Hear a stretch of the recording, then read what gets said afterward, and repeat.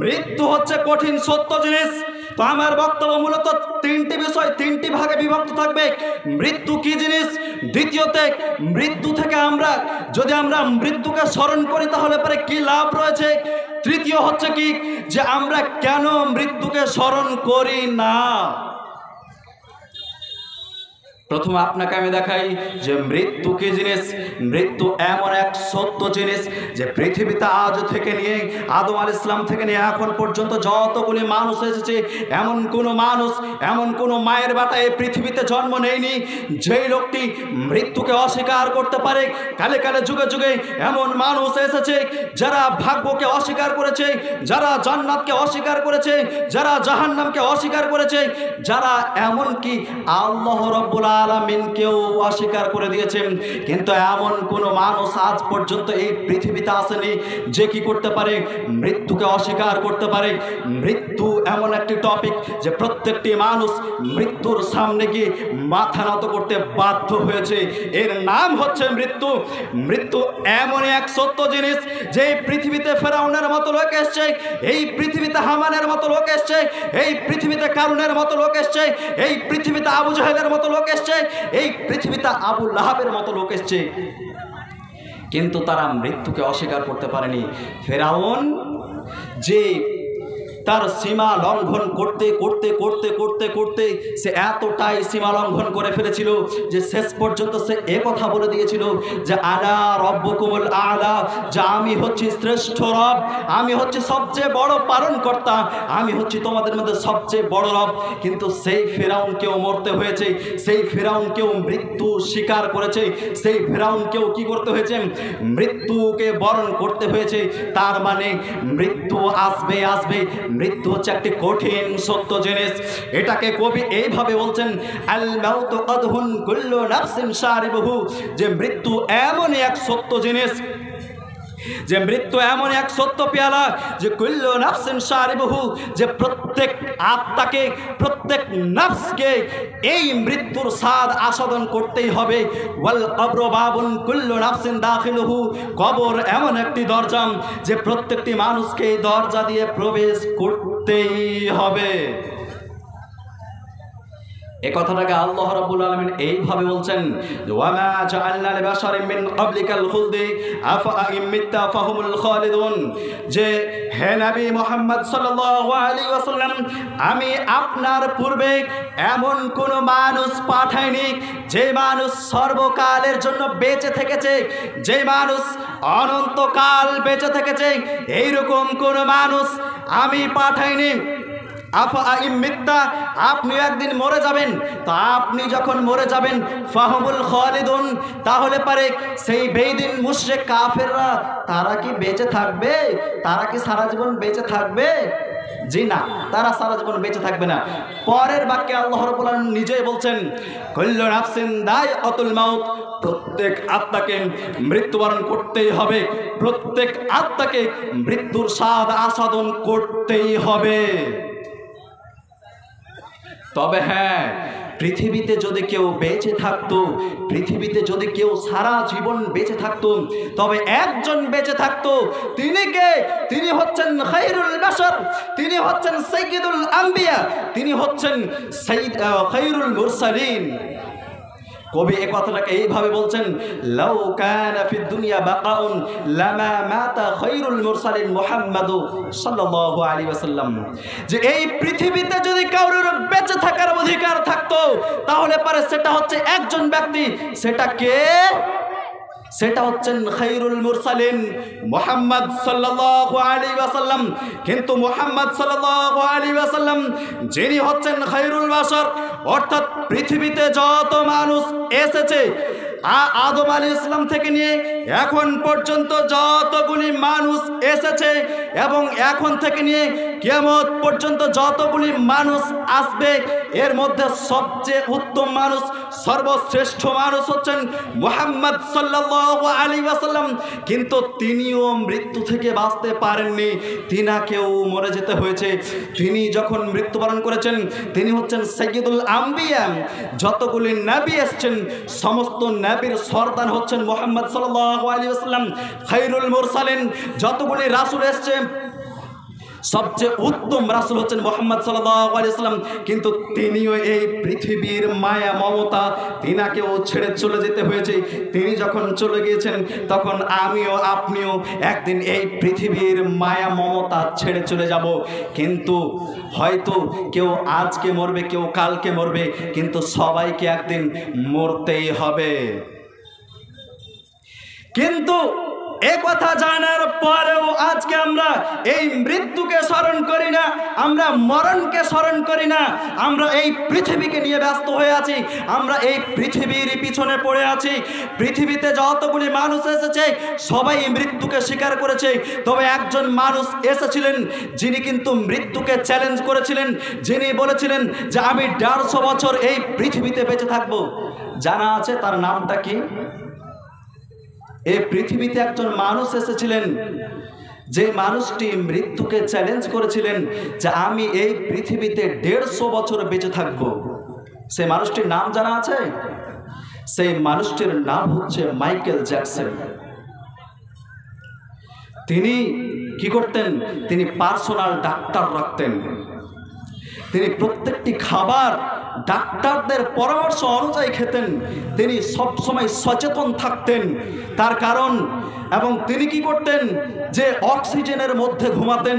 তার কারণ যে ডাক্তাররা বলেছে যে কোনো মানুষ যদি 2 ঘন্টা করে দিনে অক্সিজেনের মধ্যে ঘুমায় তাহলে পারে তার আয়ু বৃদ্ধি হবে।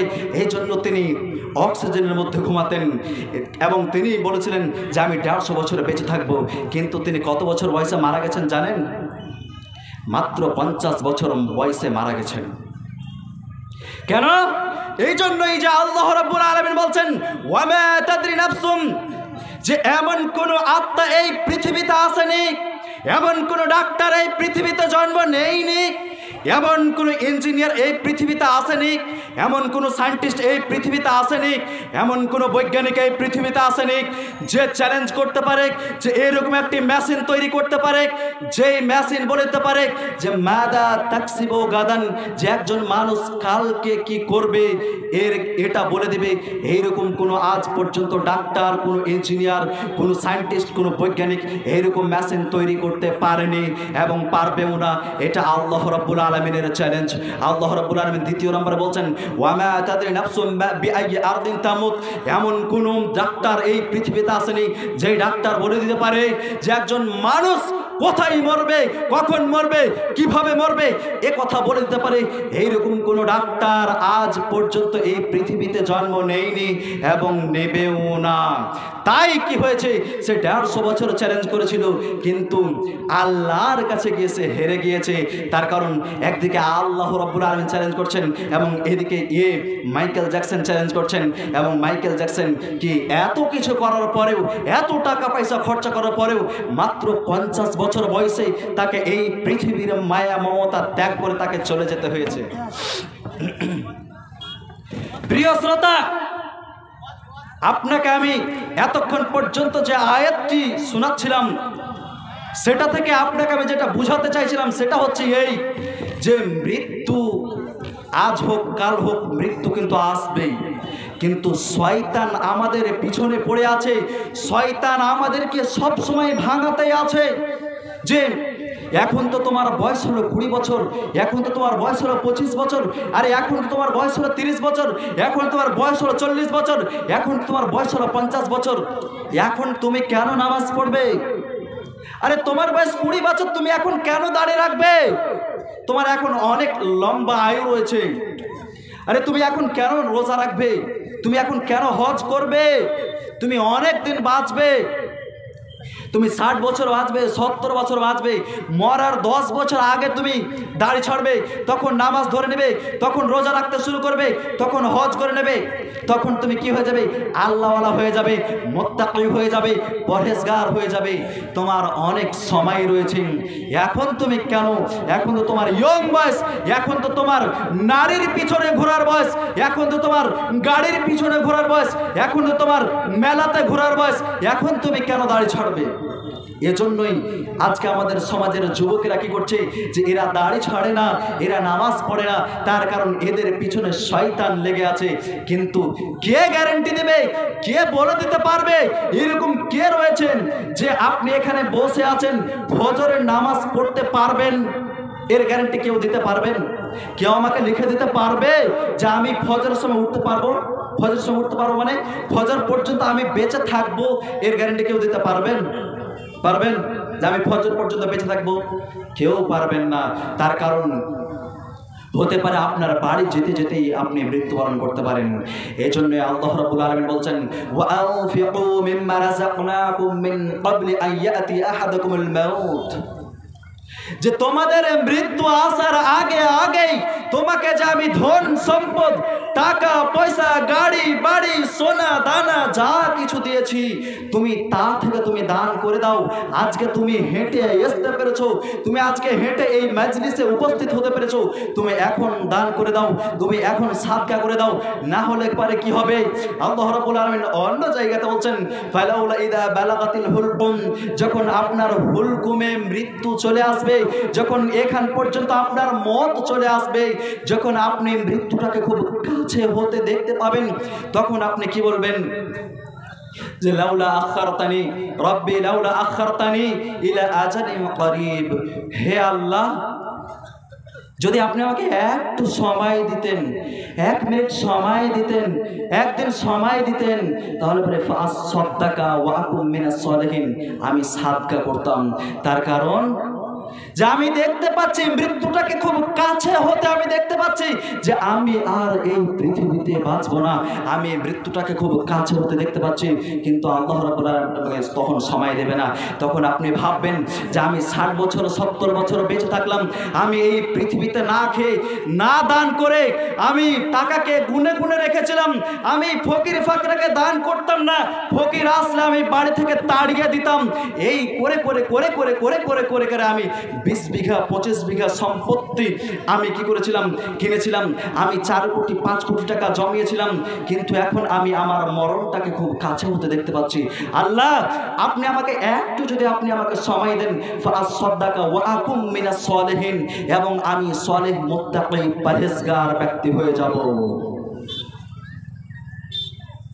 কিন্তু আল্লাহ রাব্বুল আলামিন বলছেন যে যখন তোমার এইখানে মৃত্যুটা চলে আসবে, তখন তুমি আফসোস করে বলবে। কিন্তু আল্লাহ রাব্বুল আলামিন বলছেন, ওয়ালা ইউআখিরুল্লাহু নাফসান ইযা জাআ আজালুহা, যখন তোমার মৃত্যু চলে আসবে, যখন তোমার মৃত্যুর টাইম হয়ে যাবে, তখন আল্লাহ রাব্বুল আলামিন তুমি যতই আফসোস করে বলো না কেন, তোমাকে 1 সেকেন্ড সময় দেবে না, তোমাকে 1 মিনিট সময় দেবে না, তোমাকে এটা বলার সময় দেবে না যে আমি আমার অমুক সম্পত্তিখানে দান করে দিলাম, আমি আমার অমুক টাকাটি দান করে দিলাম, আমার 1 লাখ টাকা রয়েছে সেটা দান করে দিলাম, আমার অমুক গয়নাটা দান করে দিলাম। এই সময়টুকু পর্যন্ত আল্লাহ রাব্বুল আলামিন আপনাকে দেবে না। তাই একজন প্রকৃত মুমিন, একজন চালাক মুমিনের পরিচয় হবে কি, যে যখন সে বেঁচে আছে, যখন সে এই প্রোগ্রামে নিজে হাজির হতে পেরেছে, তখন সে বেঁচে থাকা অবস্থায় সে নিজের জন্য দান করে দেবে। তার কারণ আপনি একবার নিজেই ভাবুন যে এখানে অনেক মানুষ রয়েছে যার হয়তো মা মারা গিয়েছে, যার বাবা মারা গিয়েছে, যার দাদা মারা গিয়েছে, যার দাদি মারা গিয়েছে, যার নানা মারা গিয়েছে, যার নানি মারা গিয়েছে। কিন্তু আপনি বলেন তো যে আপনার মাকে, আপনার বাবাকে আপনি যে কবরে রেখে এসেছেন, তো তারপরে আপনি আপনার মায়ের আর খবর নিয়েছেন? আপনি আপনার মায়ের কবরের কাছে গিয়েছেন? আপনি আপনার বাবার কবরের কাছে গিয়েছেন? আপনি কোনোদিন গিয়ে আপনার মায়ের জন্য দোয়া করেছেন? আপনার বাবার জন্য দোয়া করেছেন? করেননি। আপনি আপনার বাবার জন্য কোনোদিন দান করেছেন? করেননি। আপনি ওই যে রেখে এসেছেন, আপনি আপনার বাবাকে বলে ভুলে গিয়েছেন, আপনি আপনার মাকে বলে ভুলে গিয়েছেন। কিন্তু আপনি এ কথা কেন বুঝতে পারছেন না যে আপনি যেমন আপনার মাকে রেখে এসেছেন, আপনার মাকে বলে ভুলে গিয়েছেন, আপনার বাবাকে বলে ভুলে গিয়েছেন, ঠিক সেই রকমই আপনাকেও যে আপনার ছেলে রেখে চলে আসবে, আপনাকেও যে বলে ভুলে যাবে, আপনার জন্য যে দান সাদকা করবে না, একথা আপনি কেন বুঝতে পারছেন না যে আজকে আপনি যেমন আপনার মাকে বলে ভুলে গিয়েছেন, আপনার বাবাকে বলে ভুলে গিয়েছেন, যেই মা যেই বাবা আপনাকে এত কষ্ট করে মানুষ করেছে, আপনি নিজেই বুঝতে পারছেন যে আপনি আপনার সন্তানকে কত কষ্ট করে মানুষ করছেন। কিন্তু তারপরেও আপনি বুঝতে পারছেন যে আপনি যেভাবে মানুষ করছেন, আপনার ছেলেও, আপনার বাবা মাও আপনাকে এইভাবে মানুষ করেছিল, কিন্তু আজকে আপনি আপনার বাবা মাকে বলে ভুলে গেছেন, ঠিক সেই রকম আপনার ছেলেও আপনাকে বলে ভুলে যাবে। অতএব আপনার কাজ হবে কি, যে আপনি যতদিন বেঁচে আছেন আপনি নিজেই নিজের জন্য কিছু করে নেন। কেউ উঠবেন না, আমি আপনার কাছে দান উঠাতে আসিনি, এখন আপনি দান উঠায়নি, আপনাকে আমি বলছি শুনুন। রাসূল সাল্লাল্লাহু আলাইহি ওয়াসাল্লাম বলছেন কি, যে যতদিন তুমি বেঁচে আছো তুমি তোমার জন্য কিছু করে নাও, মরে গেলে কি হবে, তুমি কিছুই করতে পারবে না, তখন তুমি আফসোস করবে, কিন্তু তোমার আর কিছু হবে না। প্রিয় শ্রোতা, এবার আসি যে আমরা মরণকে কেন স্মরণ করব। মৃত্যুকে যদি আমরা স্মরণ করি, মরণকে যদি আমরা স্মরণ করি, তাহলে পরে আমাদের জন্য কি লাভ রয়েছে, লাভটি শুনেন। এ ব্যাপারে ইমাম ইবনে কুদামা রাহিমাহুল্লাহ মৃত্যুকে স্মরণ করা প্রসঙ্গে তিনি বলছেন যে মৃত্যুকে স্মরণ করার ব্যাপারে তিন ধরনের মানুষ রয়েছে। তার মধ্যে এক ধরনের মানুষকে প্রথম শ্রেণীর ব্যাপারে তিনি বলছেন যে প্রথম শ্রেণীর মানুষ কারা। প্রথম শ্রেণীর মানুষ হচ্ছেন যে যারা এই পৃথিবীকে নিয়ে সবসময় ব্যস্ত হয়ে থাকে, যারা সবসময় এই পৃথিবীটাকে কিভাবে উপার্জন করব, এই পৃথিবীটাকে কিভাবে ক্রয় করব, এই নিয়েই ব্যস্ত হয়ে থাকে। তারা মরণকে স্মরণ করে না। তাদের স্মরণে যদি মরণের কথা আসে তাহলে পরে তারা মরণকে এড়িয়ে যায়, মরণকে ঘৃণা করে, যে আমি তো মরবো তো তার আগে কিছু করে নেই, এই বলে তারা কি করে মরণকে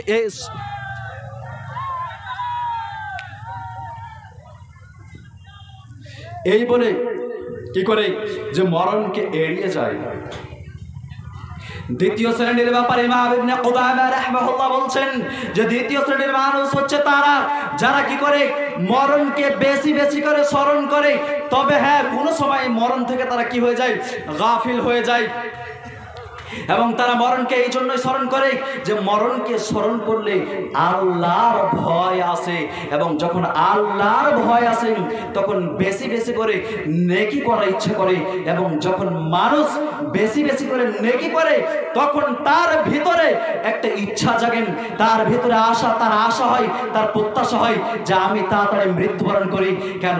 মৃত্যুবরণ করলে আমি এই পৃথিবীর কষ্টদায়ক জীবন থেকে আমি মুক্তি পেয়ে যাব, এবং আমি কোথায় চলে যাব, এমন এক অনন্তকাল জীবনের দিকে আমি চলে যাব যেখানে আমার জন্য শুধুমাত্র সুখ আর সুখ ছাড়া আর কিছুই নাই।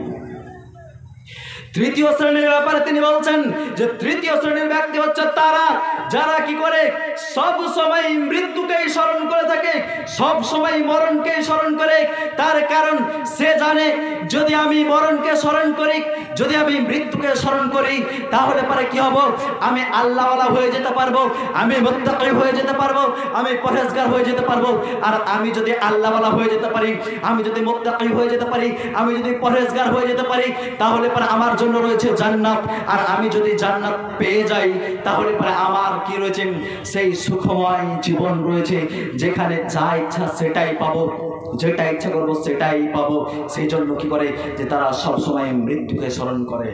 প্রিয় শ্রোতা, এই ব্যাপারে রাসূল সাল্লাল্লাহু আলাইহি ওয়াসাল্লাম বলছেন আকতিরু যিকরা হাদিমিল লাযযাতি আল মাউত, যে তৃপ্তিকে কেটে দিতে পারে, অভিলাষকে কেটে দিতে পারে, এই মরণকে তোমরা বেশি বেশি করে স্মরণ করো। কেন? ফাইন্নাহু লাম ইয়াযকুরহু আহাদুন ফি দাইকিন মিনাল আইসি ইল্লা ওয়াসাহু আলাইহি। যখন কোনো মানুষ সংকটের মধ্যে পড়ে থাকেন, যখন কোনো মানুষ কষ্টের মধ্যে পড়ে থাকে, এবং সে সময় যদি কোনো মানুষ মৃত্যুকে স্মরণ করে তাহলে পরে আল্লাহ রাব্বুল আলামিন তার কষ্টকে দূরে করে দেয়, তাহলে পরে আল্লাহ রাব্বুল আলামিন তার সংকটকে দূর করে দেয় এবং তাকে প্রশস্তের মধ্যে তাকে ফেলে দেয়। এই জন্য কি করতে হবে, যখন আমরা মনে করি, যখন আমাদের পৃথিবীতে লোভ লালসা বেড়ে যায়, যে আমি যদি এটা করতে পারতাম, আমি তো 5 বিঘা জমির মালিক হয়েছি, যদি আর 2 বিঘা এরকম করে মানুষের লোভ লালসা বেড়ে যায়। কিন্তু মানুষ যদি তখন কি করে, মরণকে স্মরণ করে যে আমি এত কিছু করে করবোটা কি, আমাকে তো একদিন চলে যেতে হবে, অতএব আমাকে কি করতে হবে, মৃত্যুকে স্মরণ করতে হবে। তো যখন সে মরণকে স্মরণ করে তখন কি হয়, যে তাকে আল্লাহ রাব্বুল আলামিন প্রশস্ততা দান করে এবং সে সংকট থেকে বেরিয়ে আসতে পারে। প্রিয় শ্রোতা, রাসূল সাল্লাল্লাহু আলাইহি ওয়াসাল্লাম বসে আছেন, সাহাবায়ে কেরামগণ এইভাবে বসে আছেন। একজন সাহাবী এসে বলছেন, হে আল্লাহর রাসূল, আইয়ুল মুমিনিনা আফদালু, যে আমরা তো সবাই মুমিন, তো আমাদের মধ্যে উত্তম মুমিন কে, আমাদের মধ্যে সবচেয়ে ভালো মুমিন কে? তখন আল্লাহ রাসূল সাল্লাল্লাহু আলাইহি ওয়াসাল্লাম বলছেন, আহসানুহুম আখলাকান, তোমাদের মধ্যে যার চরিত্র ভালো সে হচ্ছে ভালো মুমিন, তোমাদের মধ্যে যার ক্যারেক্টার ভালো সে হচ্ছে তোমাদের মধ্যে উত্তম মুমিন। তারপরে সেই সাহাবী জিজ্ঞেস করছেন, আইয়ুল মুমিনিনা আকিয়াসু, আমরা তো সবাই মুমিন, তো আমাদের মধ্যে চালাক মুমিন কে? কাকে সবচেয়ে বেশি চালাক বলা যাবে? আল্লাহ এবং আল্লাহর রাসূলের নিকট শরীয়ত অনুযায়ী চালাক মানুষ কে, চালাক মুমিন কে? আচ্ছা বলেন তো, আপনাকে যদি জিজ্ঞাসা করা হয় যে চালাক মানুষ কে, তো আপনি উত্তরে কি বলবেন? আপনি বলবেন অমুক লোকটা চালাক, যেই লোকটা কি করেছে, যে কষ্ট করে 1 টাকা 2 টাকা 3 টাকা করে জমা করে করে করে করে করে করে করে কি করেছে, 20 বিঘা 50 বিঘা সম্পত্তি করেছে। যেই লোকটা কি করেছে, যে না খেয়ে মাদ্রাসা মসজিদে দান না করে টাকা পয়সাকে জমা করে করে 4 কোটি 5 কোটি টাকার মানে উপার্জন করেছে, যেই মানুষটি বিজনেস খাড়া করেছে, সেই লোকটি হচ্ছে চালাক মুমিন, আপনি বলবেন। কিন্তু রাসূল সাল্লাল্লাহু আলাইহি ওয়াসাল্লাম চালাক কাকে বলছেন দেখুন, রাসূল সাল্লাল্লাহু আলাইহি ওয়াসাল্লাম বলছেন, আকতারুহুম লিল মাউত যিকরান, যে তোমাদের মধ্যে চালাক হচ্ছে সেই ব্যক্তি, যেই ব্যক্তি কি করে, মরণকে বেশি বেশি করে স্মরণ করে, সেই ব্যক্তি হচ্ছে তোমাদের মধ্যে সবচেয়ে চালাক ব্যক্তি। ওয়া আহসানুহুম লিমা বা'দাহু ইস্তি'দাদান, এবং কি করে, যে পরকালের জন্য সঞ্চয় করে, নিজের জন্য উপার্জন করে। নিজের জন্য মানে হচ্ছে এই যে সে গরিব হতে পারে, সে রিক্সাওয়ালা হতে পারে, সে 200 টাকা 300 টাকা দিনে উপার্জন করে, কিন্তু সেই টাকা দিয়ে খাদ্য সংগ্রহ করে খাওয়ার পরে সে খাওয়ার খেয়ে আলহামদুলিল্লাহ বলে, এবং সে কি করে, সালাত কায়েম করে। সে কি করে না, সে সুদ খায় না, সে মদ খায় না, সে হারাম খায় না, সে কি করে না, মানুষের ধন সম্পদ লুণ্ঠন করে না, সে যেই 200 টাকা 300 টাকা উপার্জন করে সেটাতেই খুশি থাকে এবং সেটাতে আল্লাহর শুকরিয়া আদা করে আর নামাজ রোজা করে, সেই ব্যক্তি হচ্ছে কি সবচেয়ে চালাক ব্যক্তি। তাহলে পরে আপনি এবার বলুন যে আপনি কি চালাক? আপনি চালাকের মধ্যে পড়ছেন? আপনি নিজের জন্য কিছু করেছেন? আপনি মরলেই তো সবই কিছু আপনাকে ছেড়ে চলে যেতে হবে, তাহলে পরে আপনি নিজের জন্য কি করেছেন? প্রিয় শ্রোতা, আজকে আপনাকে আমি দেখাই রাসূল সাল্লাল্লাহু আলাইহি ওয়াসাল্লাম কেন মরণকে স্মরণ করতে বলেছেন, কেন রাসূল সাল্লাল্লাহু আলাইহি ওয়াসাল্লাম কবর জিয়ারত করতে বলেছেন। রাসূল সাল্লাল্লাহু আলাইহি ওয়াসাল্লাম বলছেন, ইস্তাআযানতু রাব্বি ফি আন আস্তাগফির লাহা, যে আমি আল্লাহর কাছে অনুমতি চাইলাম যে হে আল্লাহ, আমি কি করব, আমার মায়ের জন্য ইস্তেগফার করব, এর জন্য আপনি আমাকে অনুমতি দিন। কিন্তু আল্লাহ রাব্বুল আলামিন অনুমতি দিলেন না। কেন? এই জন্যই যে রাসূল সাল্লাল্লাহু আলাইহি ওয়াসাল্লামের মাতা কাফিরা অবস্থায় মারা গিয়েছিলেন, তাই আল্লাহ রাব্বুল আলামিন তার মায়ের জন্য, নবী মুহাম্মদ সাল্লাল্লাহু আলাইহি ওয়াসাল্লামের মায়ের জন্য দোয়া করার অনুমতি রাসূল সাল্লাল্লাহু আলাইহি ওয়াসাল্লামকে দিলেন না। রাসূল সাল্লাল্লাহু আলাইহি ওয়াসাল্লাম বলছেন, ফাস্তাআযানতুহু ফি আন আসুরা আব্রাহা, তারপরে আমি আল্লাহর কাছে অনুমতি চাইলাম যে আল্লাহ, কমসে কম আপনি আমাকে আমার মায়ের কবর জিয়ারত করার অনুমতি দেন। ফাদিন আলী, আল্লাহ আমাকে আমার মায়ের কবর জিয়ারত করার অনুমতি দিলেন। তারপরে রাসূল সাল্লাল্লাহু আলাইহি ওয়াসাল্লাম বলেন, ফাজুল কুবুরা ফাইন্নাহা তুযাক্কিরুল মাউত, যে তোমরা বেশি বেশি করে কবর জিয়ারত করো। কেন? কবর যদি জিয়ারত করো তাহলে পারে কি হবে, যে তোমরা মৃত্যুকে স্মরণ করতে পারবে। তখন তোমাদের মধ্যে কি হবে, যে মরণের ভয় আসবে। তো এখানে রাসূল সাল্লাল্লাহু আলাইহি ওয়াসাল্লাম যেটা বলতে চাইলেন সেটা হচ্ছে এই, যে প্রথম কথা হচ্ছে যে রাসূল সাল্লাল্লাহু আলাইহি ওয়াসাল্লামের মাতা হচ্ছেন কাফিরা। তাই রাসূল সাল্লাল্লাহু আলাইহি ওয়াসাল্লামকে রাসূল সাল্লাল্লাহু আলাইহি ওয়াসাল্লামকে কবর জিয়ারত করার অনুমতি দিলেন না। কিন্তু আমার মা, আপনার মা তো মুসলিমা, আমার বাবা তো মুসলিম, আপনার বাবা তো মুসলিম, আপনার বাবা তো মুমিন। আপনি কদিন কবর জিয়ারত করতে যাচ্ছেন? আপনি কদিন গেছেন? নবী সাল্লাল্লাহু আলাইহি ওয়াসাল্লাম অনুমতি চাচ্ছেন, নবী সাল্লাল্লাহু আলাইহি ওয়াসাল্লাম অনুমতি দেন না। আর আপনার জন্য অনুমতি রয়েছে, আপনাকে রাসূল সাল্লাল্লাহু আলাইহি ওয়াসাল্লাম বলছেন, আপনার মা আপনার জন্য চেয়ে আছেন যে আমার ছেলে আসবে, দোয়া করবে, তো আমি নাজাত পাবো। আপনার বাবা আপনার জন্য চেয়ে আছে, কিন্তু আপনি জান না। এমনিতে আপনি কদিন কবর জিয়ারত করতে গিয়েছেন আপনি জান না। অথচ আয়েশা রাদিয়াল্লাহু তাআলা আনহা বলছেন যে রাসূল সাল্লাল্লাহু আলাইহি ওয়াসাল্লাম আমার পাশে ঘুমাতেন, তো রাসূল সাল্লাল্লাহু আলাইহি ওয়াসাল্লামকে দেখতাম যে মধ্যরাত্রে কোথাও চলে যাচ্ছে। তো আমি ভাবলাম যে রাসূল সাল্লাল্লাহু আলাইহি ওয়াসাল্লাম মধ্যরাতে কোথায় যাচ্ছে।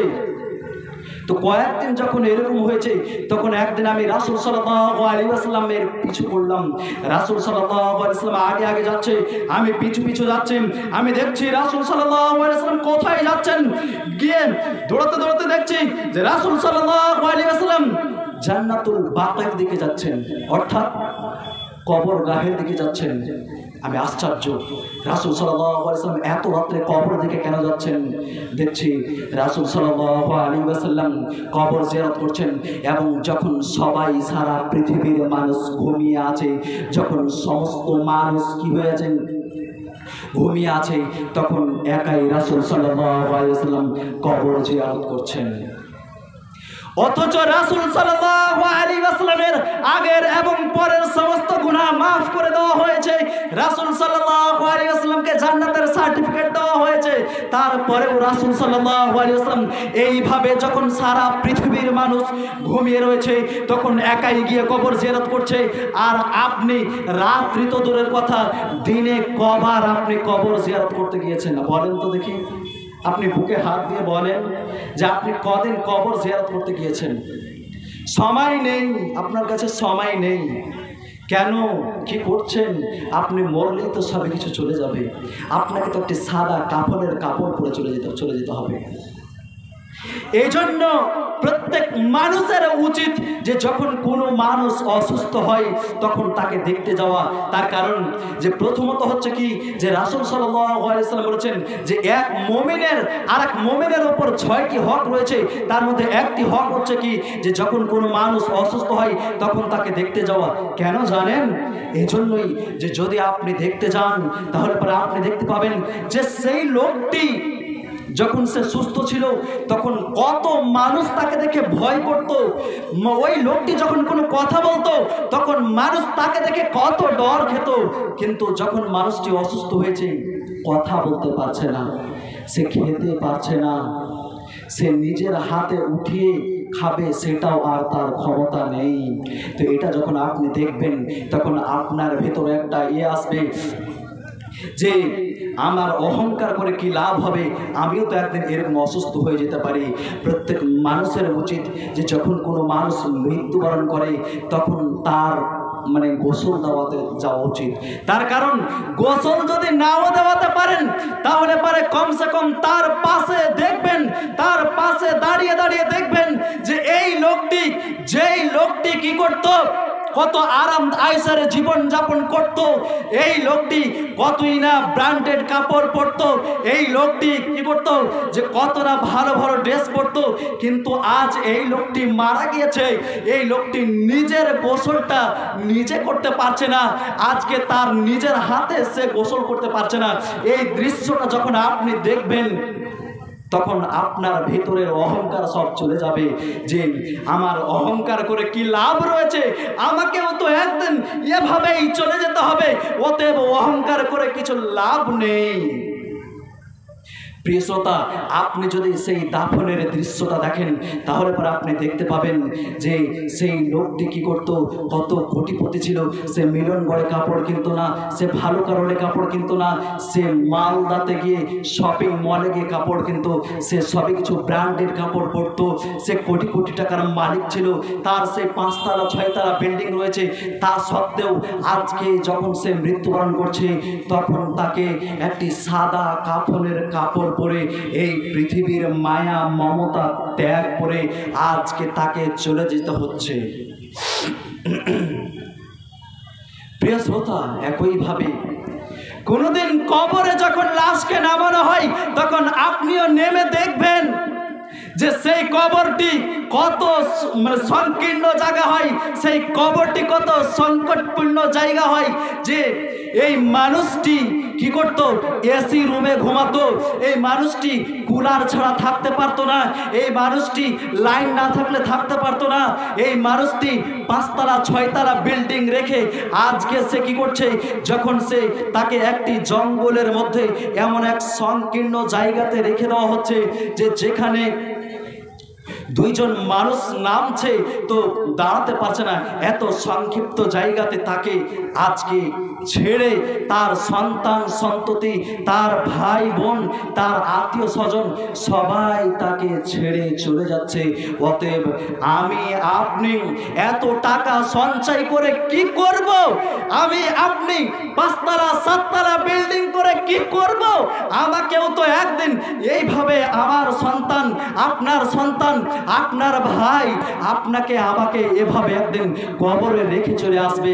এবং সেখানে কি হবে যে যখন রেখে আসবে তখন কি করবে, যে হাত ঝাড়া দিয়ে চলে আসবে, মাটিটা দেওয়ার পরে হাত ঝাড়া দিয়ে চলে আসবে এবং কি বলবে, হাত ঝেড়ে দিলেও তার মানে হচ্ছে এই যে তুমি এই পৃথিবীতে যা উপার্জন করেছিলে সেটা তো তুমি ছেড়ে চলে গেলে, তুমি যদি নিজের জন্য কিছু উপার্জন করে থাকো তাহলে পরে তুমি সেটা নিয়ে বুঝো। তুমি যা কিছু উপার্জন করেছিলে সেগুলো নিয়ে আমরা চললাম, এবং তুমি যদি নিজের জন্য কিছু উপার্জন করে থাকো, তুমি যদি নিজের জন্য কিছু দান সাদকা করে থাকো, তুমি যদি নিজের জন্য নামাজ পড়ে থাকো, তুমি যদি কি করে থাকো, হজ করে থাকো, তুমি যদি রোজা রেখে থাকো, তাহলে পরে সে আমল নিয়ে তুমি এখন বুঝে নাও এই বলে আপনার সন্তান সন্ততি আপনাকে ফেলে চলে আসবে। তাহলে বুঝতে পেরেছেন? তাহলে পরে কিসের এত অহংকার? কেন আপনি এত অহংকার করে চলেন? কেন আপনি বুঝতে পারছেন না যে আমাকেও একদিন এই কবরে চলে যেতে হবে এবং আমার সাথে আমল ছাড়া আর কিছুই যাবে না? এ কথা আপনি কেন বুঝতে পারছেন না? আপনি কেন এই পৃথিবীতে শয়তানের ধোঁকায় আপনি কেন পড়ে আছেন? প্রিয় শ্রোতা, এজন্যই পড়ে আছেন যে আপনি মৃত্যু থেকে গাফেল হয়ে গেছেন। এবার আপনাকে আমি দেখাই যে আমরা মৃত্যু থেকে কেন গাফেল হয়েছি। মৃত্যু থেকে গাফেল হওয়ার কারণ কি জানেন? রাসূল সাল্লাল্লাহু আলাইহি ওয়াসাল্লাম বলছেন, এক বড় ইবনে আদম ও এক বড় মাআহু ইসনান, যে মানুষ যখন বয়স্ক হয়, মানুষ যখন বৃদ্ধ হয় তখন তার সাথে 2টি জিনিস বেড়ে যায়। মানুষ যখন বয়স্ক হয়, মানুষ যখন বৃদ্ধ হয় তখন তার সাথে সাথে 2টি জিনিস বেড়ে যায়, তার 2টি আশা প্রত্যাশা বেড়ে যায়। এক, হুব্বুল মাল, তার মালের মহব্বত বেড়ে যায়, ওয়া তুল উমর, এবং বয়সের মহব্বত বেড়ে যায়। সে কি করে? সে চেষ্টা করে যে আমার বয়স তো 50 বছর হলো, আমি আমার সন্তানের জন্য 5 বিঘা সম্পত্তি ক্রয় করতে পেরেছি, আর যদি 2 বিঘা করতে পারতাম, আর যদি 3 বিঘা করতে পারতাম, আমি তো আমার 2 সন্তানকে বাড়ি করে দিয়েছি, আর 1 সন্তানকে যদি বাড়ি করে দিতে পারতাম। দ্বিতীয় নম্বরে বলছেন ওয়া তুলুল উমর, এবং সে বলবে কি আমার বয়স তো 50 বছর হয়ে গেল, আর যদি 10 বছর পেতাম, আমার বয়স তো 60 বছর হয়ে গেল, আর যদি 10 বছর এই পৃথিবীতে বেঁচে থাকতাম। রাসূল সাল্লাল্লাহু আলাইহি ওয়াসাল্লাম অন্য হাদিসে বলছেন ফি হুব্বিদ দুনিয়া, যে দুনিয়ার মহব্বত বেড়ে যায়, সে এই দুনিয়াকে ভালোবাসতে লাগে যখন তার বয়স হয়ে যায়, যখন তার বয়স 50 বছর 60 বছর হয়ে যায়, তখন তার এই দুনিয়ার ভালোবাসা আরো বেড়ে যায়। ওয়া তুলিল আমাল, এবং লম্বা লম্বা আশা প্রত্যাশা বেড়ে যায়। কি আশা বেড়ে যায়? যে আমি তো আমার 2 সন্তানকে মাস্টার করেছি, আরেক সন্তানকে যদি করতে পারতাম, আমি তো আমার এক সন্তানকে ডাক্তার করেছি, ওকে যদি ইঞ্জিনিয়ার করতে পারতাম, ওকে তো আইপিএস করেছি, ওকে যদি আইএএস করতে পারতাম। এইরকম করে করে করে করে করে করে করে করে মানুষের আশা বাড়তে থাকে, মানুষের আশা বাড়তেই থাকে। এটা কে বলছেন? রাসূল সাল্লাল্লাহু আলাইহি ওয়াসাল্লাম বলছেন।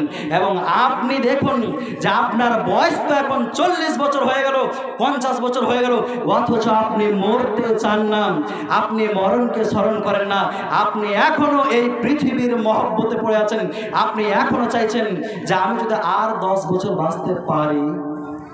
তো মৃত্যু থেকে বাঁচতে পারবেন? মৃত্যু থেকে বাঁচতে পারবেন? মৃত্যু থেকে কখনোই বাঁচতে পারবেন না। আল্লাহ রাব্বুল আলামিন বলছেন কি, যে আইনামা তাকুনু ইউদরিকুমুল মাউত ওয়ালাউ কুনতুম ফি বুরুজিম মুশাইয়াদা, যে তোমরা যতই এই পৃথিবীর পিছনে ছুটাছুটি করো না কেন, তোমরা এই পৃথিবীতে যতই 5 তালা 7 তালা বিল্ডিং করো না কেন, তোমরা এই পৃথিবীতে যতই বড় বড় ফোর্ট তৈরি করো না কেন, তোমরা এই পৃথিবীতে যত বড় বড় কেল্লা তৈরি করো না কেন, তোমরা এই পৃথিবীতে যত বড় বড় দুর্গ তৈরি করো না কেন, আইনামা, কি বলছেন? যে আইনামা কুনতুম, যে তোমরা যেখানেই থাকো না কেন, তোমরা যদি কি করো, সোনার পিঞ্জিরা তৈরি করে দাও এবং সোনার পিঞ্জিরার মধ্যে ঢুকে যাও, তবুও মৃত্যু তোমাদের সাথে সাক্ষাৎ করবেই করবে। আল্লাহ রাব্বুল আলামিন অন্য জায়গাতে বলছেন, কুল ইন্নাল মাউতাল্লাযী তাফিরুনা মিনহু ফাইন্নাহু মুলাকীকুম, যে তোমরা এই মৃত্যু থেকে যতই পলায়ন করার চেষ্টা করো না কেন, তোমরা যতই এই পৃথিবীর পিছনে ছুটাছুটি করো না কেন, মৃত্যু তোমাদের সাথে সাক্ষাৎ করবেই করবে। তুম্মা তুরাদ্দুনা ইলা আলিমিল গায়বি ওয়াশ শাহাদা, তারপর তোমাদের কাছে এমন একজনের কাছে নিয়ে যাওয়া হবে যে আলিমুল গায়ব, যিনি গায়বের খবর জানে, যিনি প্রকাশ্যের খবর জানে। বিমা কুনতুম সুম্মা তুরাদ্দুনা ইলা আলিমিল গায়বি ওয়াশ শাহাদাতি ফায়ুনাব্বিউকুম বিমা কুনতুম তা'মালুন, তারপর তোমরা যা কিছু করেছো সমস্ত কিছুর ব্যাপারে তোমাকে পুঙ্খানু ব্যাপারে আল্লাহ রাব্বুল আলামিন বলে দিবে। সেই আল্লাহর কাছে একদিন তোমাদেরকে যেতেই হবে। তাহলে পরে বুঝতে পেরেছেন? প্রিয় শ্রোতা, আসুন আপনাকে আমি দেখাই রাসূল সাল্লাল্লাহু আলাইহি ওয়াসাল্লাম কি বলেছেন, যে আমাদেরকে কিভাবে জীবন যাপন করা উচিত, আমাদেরকে কিভাবে এই পৃথিবীতে বেঁচে থাকা উচিত। রাসূল সাল্লাল্লাহু আলাইহি ওয়াসাল্লাম বলছেন যে কুন ফিদ দুনিয়া কাআন্নাকা গরীব আও আবিরু সাবিলিন, যে তোমরা পৃথিবীতে এমন ভাবে বসবাস করো যেন মনে হচ্ছে কি, যে তোমরা একজন মুসাফির, যেন মনে হচ্ছে তোমরা একজন অচেনা ব্যক্তি, যেন মনে হচ্ছে তোমরা একজন আননোন পারসন, তোমরা একজন স্ট্রেঞ্জ পারসন। এইভাবে তোমরা পৃথিবীতে বসবাস করো। হযরত আব্দুল্লাহ ইবনে উমর রাদিয়াল্লাহু আনহু তে বর্ণিত, তিনি বলছেন যে ইদা আমসাইতা ফালা তানতাযিরিস সাবাহা, যে যখন তোমরা কি করবে, সন্ধ্যা করবে, যখন সন্ধ্যা হবে, ফালা তানতাযিরিস সাবাহা, তখন তোমরা সকালের অপেক্ষা করো না, তোমরা এই অপেক্ষা করো না যে আমি সকাল পর্যন্ত বেঁচে থাকবো, এই অপেক্ষা তোমরা করিও না। ওয়াইদা আসবাহতা, যখন তোমরা সকাল করবে, ফালা তানতাযিরিল মাসা, তখন তোমরা কি করিও না, সন্ধ্যার অপেক্ষা করিও না যে আমি সন্ধ্যা পর্যন্ত বেঁচে থাকবো, এই আশা তোমরা করিও না। ওয়া খুদ মিন সিহহাতিকা লিমারাদিক, এবং যখন তোমরা সুস্থ থাকবে, তখন তোমরা অসুস্থ আসার পূর্বে এমন আমল করে নাও যে আমল তোমার অসুস্থতার সময় যথেষ্ট হয়ে যায়, এরকম তোমরা আমল করে নাও। ওয়াখুদ মিন হায়াতিকা লিমাউতিক, এবং যখন তোমরা জীবিত থাকবে তখন তোমরা এমন ভাবে নিজেকে প্রস্তুতি নিয়ে নাও যে যখন তোমাদের মৃত্যু হয়ে যাবে তখন মরণের পর যেন তোমাদের জন্য কি হয়ে যায়, তোমাদের জীবিত অবস্থায় যে আমলগুলি করেছো সেই আমলগুলি যেন তোমাদের জন্য কি হয়ে যায়, যথেষ্ট হয়ে যায়। এইরকম বেঁচে থাকা অবস্থায় তোমরা আমল করে নাও। কিন্তু আমি আপনি মরণের জন্য প্রস্তুতি নিয়েছি? কতটা আমি আপনি প্রস্তুতি গ্রহণ করেছি? কোনোদিন ভেবেছেন যে যদি আমার মৃত্যু হয়ে যায় তাহলে পর আমার কি হবে? আমি কি আল্লাহর কাছে কি হিসাব দিতে পারবো? এ কথা কোনোদিন ভেবেছেন? না, ভাবেননি। কারণ আপনি তো এই পৃথিবীকে নিয়ে ব্যস্ত হয়ে আছেন, আপনি তো এই পৃথিবীর ধন সম্পদ নিয়ে ব্যস্ত হয়ে আছেন, আপনি তো এই পৃথিবীর নারী গাড়ি টাকা পয়সার পিছনেই তো ছুটছেন। আপনি কখন ভাববেন? অথচ রাসূল সাল্লাল্লাহু আলাইহি ওয়াসাল্লাম বলছেন, উদ্দা নাফসাকা মিন আহলিল কুবুর, যে কবরবাসী হওয়ার জন্য তোমরা সব সময় নিজেকে কি করবে, প্রস্তুত রাখবে। তোমরা সব সময় কি করবে, যে কবরবাসী হওয়ার জন্য প্রস্তুত রাখবে নিজেকে, যে আমি কখনোই যে কোনো সময় আমার মরণ আসতে পারে, এবং যখনই আমার মরণ আসবে তখন আমি যেন এতটা প্রস্তুত থাকতে পারি, তখন আমি যেন এতটা আমল করে রাখতে পারি যে আমি মরলেই আল্লাহকে গিয়ে বলতে পারি, আল্লাহ আপনি আমাকে 60 বছর বয়স দিয়েছিলেন, 70 বছর বয়স দিয়েছিলেন, সে বয়সে আমি যতটা প্রয়োজন আমি ততটা আমল করে নিয়েছি। এটা যেন আপনি বলতে পারেন। এই জন্য রাসূল সাল্লাল্লাহু আলাইহি ওয়াসাল্লাম বলছেন, উদ্দা নাফসাকা মিন আহলিল কুবুর, যে কবরবাসী হওয়ার জন্য তোমরা নিজেকে কি করো, প্রস্তুতি রাখো। রাসূল সাল্লাল্লাহু আলাইহি ওয়াসাল্লাম অন্য হাদিসে বলছেন, উদ্দা নাফসাকা মাআল মাউতা, যে তোমরা নিজেকে মৃত্যু কখনো আপনি মরে যেতে পারেন, তো এটার জন্য আপনি প্রস্তুত থাকেন যে কোনো সময় আপনার নাম লাশ হয়ে যেতে পারে, কোনো সময় আপনার নাম আব্দুল খালেক থেকে আপনাকে লাশ বলে ডাকবে। আপনাকে কি বলবে, যে আপনি যদি এখনই মারা যান তো আপনার নাম হচ্ছে আব্দুল খালেক, আব্দুল মালিক, কিন্তু যখন আপনি মারা যাবেন তখন আর বলবে না যে আব্দুল খালেককে নিয়ে আসো, তখন আপনাকে কি বলা হবে, যে ওই লাশটাকে নিয়ে আসো।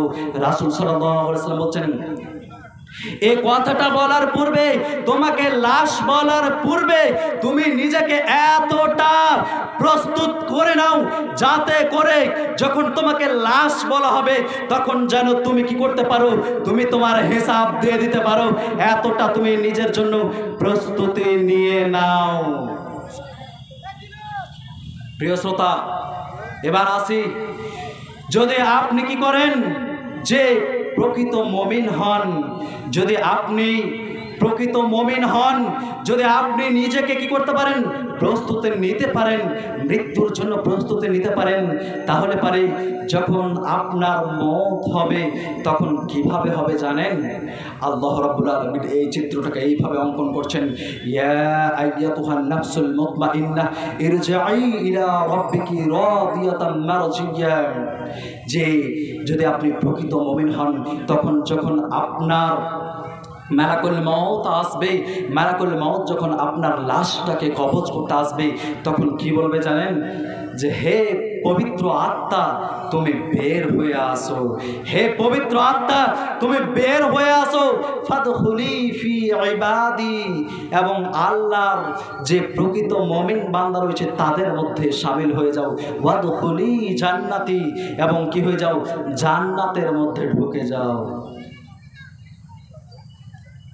এ বলে আপনার ফেরেশতা মালাকুল মউত আপনার লাশটাকে কবজ করবে। কিন্তু আপনি যদি নিজেকে মরণের জন্য প্রস্তুতি না নেন, আপনি যদি নিজেকে মৃত্যুর জন্য প্রস্তুতি না গ্রহণ করতে পারেন, তাহলে পারে যখন আপনার কাছে মালাকুল মউত আসবে তখন কিভাবে আসবে জানেন? ওয়ালাউ তারা ইয যালিমুনা ফি গামারাতিল মাউত ওয়াল মালাইকাতু বাসিতু আইদিহিম আখরিজু আনফুসাকুম, যে মালাকুল মাউত আসবে, ফেরেশতা আসবে, মালাকুল মাউত এসে কি করবে, যে আপনার রূহটাকে কবজ করবে। কিন্তু আপনার রূহ, আপনার আত্মাটা বুঝতে পারছে যে আমি মরলে কোথায় যাব, আমাকে তো জাহান্নামে যেতে হবে, আমি তো নিজেকে প্রস্তুতি নিতে পারিনি, আমি তো নিজেকে মৃত্যুর জন্য প্রস্তুতি গ্রহণ করাতে পারিনি, তো আমাকে কি করতে হবে, আমাকে মরলে জাহান্নামে যেতে হবে। এই জন্য কি হবে, আপনার আত্মাটা বেরিয়ে আসবে না, আপনার আত্মাটা এদিক ওদিক ছুটাছুটি করবে, আপনার রূহটা এদিক ওদিক পালাপালি করবে। তখন কি হবে, যে ফেরেশতাগণ টেনে হেঁচড়ে আপনার রূহকে বের করে নেবে, তখন আপনার খুবই কষ্ট হবে। তো আপনাকে কি করতে হবে, এখনই আপনি যতদিন বেঁচে আছেন ততদিন নিজের জন্য আপনি কিছু করে নেন, নিজের জন্য আপনি নিজেকে মৃত্যুর জন্য প্রস্তুত করে নেন, না হলে পরে আপনার জন্য কিন্তু খুবই কষ্ট রয়েছে। প্রিয় শ্রোতা, রাসূল সাল্লাল্লাহু আলাইহি ওয়াসাল্লাম এক হাদিসের মধ্যে বলছেন যে যারা মুমিনের পরিচয় হচ্ছে কি, যে মুমিনেরা চাইবে যে আমরা আল্লাহর সাথে মোলাকাত করি, আমরা মৃত্যুকে পছন্দ করি। মুমিনের পরিচয় হবে যে তারা মৃত্যুকে চাইবে যে আমার কখন মৃত্যু আসবে তো আমি শান্তির জীবন যাপন করতে পারবো, আমার কখন মৃত্যু আসবে তো আমি সেই আখিরাতে চলে যাব এবং সেখানে ভোগ বিলাসের সাথে আমি আরাম আয়েশের সাথে জীবন যাপন করব। তো আয়েশা রাদিয়াল্লাহু তাআলা আনহা এই কথাটা বুঝতে পারছেন না। আয়েশা রাদিয়াল্লাহু তাআলা আনহা বলছেন, তো আল্লাহ রাসূল, আমরা তো মৃত্যুকে চাই না, আমরা তো মৃত্যুকে পছন্দ করি না, মুমিন তো মৃত্যুকে, আমাদের তো মৃত্যুকে ইয়ে করছি যে মৃত্যু যেন না আসে। আপনি বলছেন যে মুমিনেরা চাইবে যে মৃত্যু আসে, এটা পরে কেমন কথা হলো? তো আয়েশা রাদিয়াল্লাহু তাআলা আনহাকে রাসূল সাল্লাল্লাহু আলাইহি ওয়াসাল্লাম এইভাবে বুঝাচ্ছেন যে যখন কোনো মুমিনের কাছে কি হবে, যে মৃত্যু আসবে, তখন কি হবে, যে মালাকুল মাউত যখন আসবে তখন তার কাছে খুশির সংবাদ নিয়ে আসবে এবং তাকে কি বলবে, যে আল্লাহর যেই খুশির সংবাদ দিয়ে আসবে এবং আল্লাহর রহমত নিয়ে আসবে এবং সে চাইবে কি, যে আমি আল্লাহর কাছে সাক্ষাৎ করি।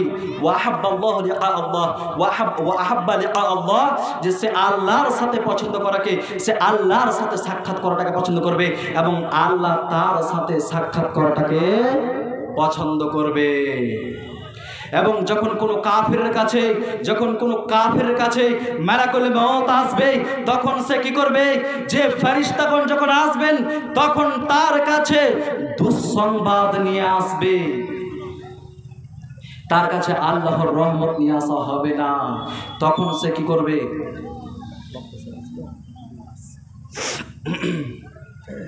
তখন সে এদিক ওদিক ছুটাছুটি করবে। তখন কি হবে, যে তার রূহটাকে খুব কষ্টের সহিত কি হবে, যে তাকে টেনে হেঁচড়ে বের করানো হবে। প্রিয় শ্রোতা, তাই আপনাকে আমি বলি যে মরণ সবাইকে আসবে, মৃত্যু একদিন সবাইকে বরণ করতে হবে, আজ হোক কাল হোক। এই পৃথিবীতে কোনো মানুষ বেঁচে থাকতে আসেনি, এই পৃথিবীতে কোনো মানুষ বেঁচে থাকতে আসেনি, প্রত্যেকটি মানুষকে মরে যেতে হবে। তবে হ্যাঁ, যদি আপনি কি করে থাকেন এই পৃথিবীতে, আপনি জীবিত অবস্থায় যদি আপনি কিছু দান সাদকা করে থাকেন, তাহলে পরে রাসূল সাল্লাল্লাহু আলাইহি ওয়াসাল্লাম বলছেন যে যখন কোনো মানুষ মারা যায় তখন তার সমস্ত আমল বন্ধ হয়ে যায়। যখন কোনো মানুষ এই পৃথিবী থেকে চলে যায় তখন তার সমস্ত আমল বন্ধ হয়ে যায়। তবে হ্যাঁ, 3 শ্রেণীর আমল রয়েছে, 3টি কাজ রয়েছে। এই 3টি কাজ যদি কেউ করে যায় তাহলে পারে কিন্তু তার মৃত্যুর পরেও সেই নেকি যেতে থাকবে। সেই কাজটি হচ্ছে কি? সেই কাজটি হচ্ছে যে কোনো মানুষ যদি কি করে, যে একজন সৎ সন্তান ছেড়ে যেতে পারে। কোনো মানুষ যদি মৃত্যুবরণ করার পূর্বে একজন সালেহ ব্যক্তি ছেড়ে যেতে পারে, তাহলে পারে রাসূল সাল্লাল্লাহু আলাইহি ওয়াসাল্লাম বলছেন সেই সালেহ ব্যক্তি, এখানে রাসূল সাল্লাল্লাহু আলাইহি ওয়াসাল্লাম এই কথা বলেননি যে একজন আলিম ছেড়ে যেতে হবে, রাসূল সাল্লাল্লাহু আলাইহি ওয়াসাল্লাম এখানে এই কথা বলেননি যে কোনো মাস্টার ছেড়ে যেতে হবে, রাসূল সাল্লাল্লাহু আলাইহি ওয়াসাল্লাম এখানে এই কথা বলেননি যে কোনো ইঞ্জিনিয়ার ইঞ্জিনিয়ার ছেড়ে যেতে হবে, কোনো প্রফেসর ছেড়ে যেতে হবে, কোনো মৌলবি ছেড়ে যেতে হবে, কোনো বক্তা সন্তান তৈরি করে যেতে হবে, এ কথা বলেনি। রাসূল সাল্লাল্লাহু আলাইহি ওয়াসাল্লাম বলছেন, সালেহ সন্তান যদি কেউ ছেড়ে যেতে পারে এবং সেই সন্তান যদি কি করে তার মায়ের জন্য, তার বাবার জন্য দোয়া করে, তাহলে পারে সেই দোয়াটা তার কাছে যাবে, সেই দোয়াটা কি হবে, সেই নেকিটা সে পেতে থাকবে। আরেকটি হচ্ছে কি জানেন, আরেকটি হচ্ছে যে যদি আজকে আপনি এই মসজিদের জন্য, এই মাদ্রাসার জন্য যদি আপনি কিছু দান করেন, তাহলে পরে এই দানটি মানে আপনি মৃত্যুবরণ করার পরেও যে আপনি ধরেন এক বোরা সিমেন্ট দিয়ে দিলেন, কিংবা আপনি কি করলেন যে একটি কোরআন কিনে দান করে দিলেন, কিংবা আপনি এক গাড়ি ইট দিয়ে দিলেন, কিংবা আপনি কি করলেন যে এক গাড়ি বালি দিয়ে দিলেন, এইরকম করে যদি আপনি দান করে যান, তাহলে পরে এই মসজিদ যতদিন টিকে থাকবে, এই মসজিদে মানুষ যতদিন নামাজ পড়বে, এই মসজিদ থেকে মানুষ যতদিন উপকৃত হতে থাকবে, আপনার মৃত্যুবরণ করার পরেও সেই নেকি আপনি পেতেই থাকবেন। তো আপনাদের মধ্যে আমি তো অনেকক্ষণ ধরে আপনাকে শোনালাম যে আমি তো আপনাকে আগেই বললাম যে রাসূল সাল্লাল্লাহু আলাইহি আল্লাহ রাব্বুল আলামিন বলছেন যে আনফিকু মিম্মা রাযাকনাকুম মিন ক্বাবলি আন ইয়াতি আহাদাকুমুল মাউত, যে তোমাদের মৃত্যু আসার আগে আগে তোমরা নিজের জন্য কিছু দান সাদকা করে দাও। তা আপনাদের মধ্যে এমন কে রয়েছে যেই ব্যক্তি চাইছে যে আমার মায়ের নামে, আমার বাবার নামে, আমার দাদু দাদির নামে, আমার নানার নামে এক বোরা সিমেন্ট দান করব?